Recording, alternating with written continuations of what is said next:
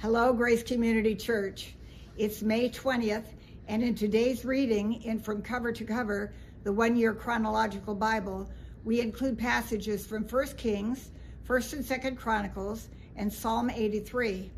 And here we get a picture of Solomon in his early reign, who he was and what he did.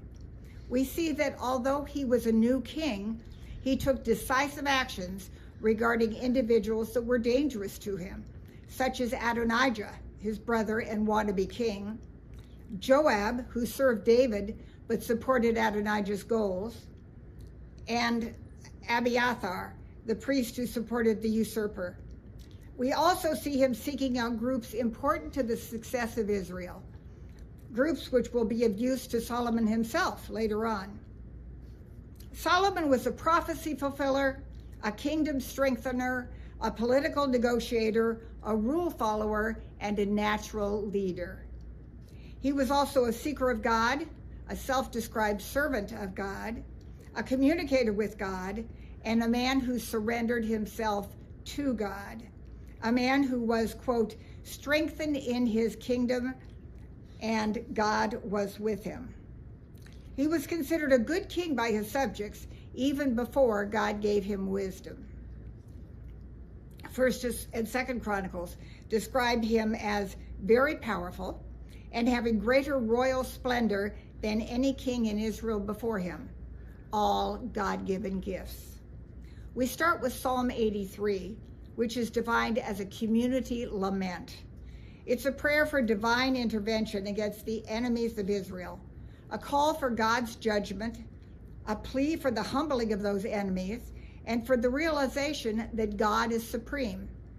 And we end with Solomon acknowledging that God really is supreme as he asks for wisdom rather than power and might.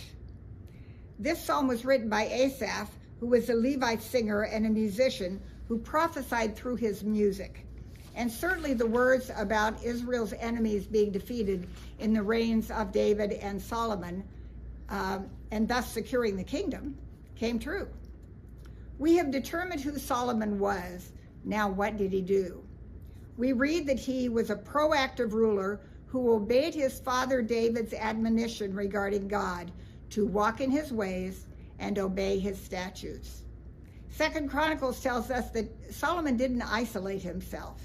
He spoke directly to captains, judges, heads of houses. He met thousands of people face to face. No wonder he was such a highly regarded king. Here was a pious leader with communication skills. But Solomon, like all of us, was fallible. And we see the beginnings of his weakness in his marriage to Pharaoh's daughter. Although God had commanded the Israelite men not to marry foreign women, Solomon wed her as part of a political alliance with Egypt. Now, the fact that Pharaoh thought this marriage was a good idea speaks to the abilities and the importance of Solomon. At this point in our reading, however, Solomon is still a devoted servant of God and grateful to him. In the book of Esther, Mordecai reminds Esther, "And who knows whether you have not come to the kingdom for such a time as this." That comment also describes Solomon ascending the throne when Israel desperately needed a strong leader who would bring peace. God describes Solomon as a man of peace and quietness, a man of rest.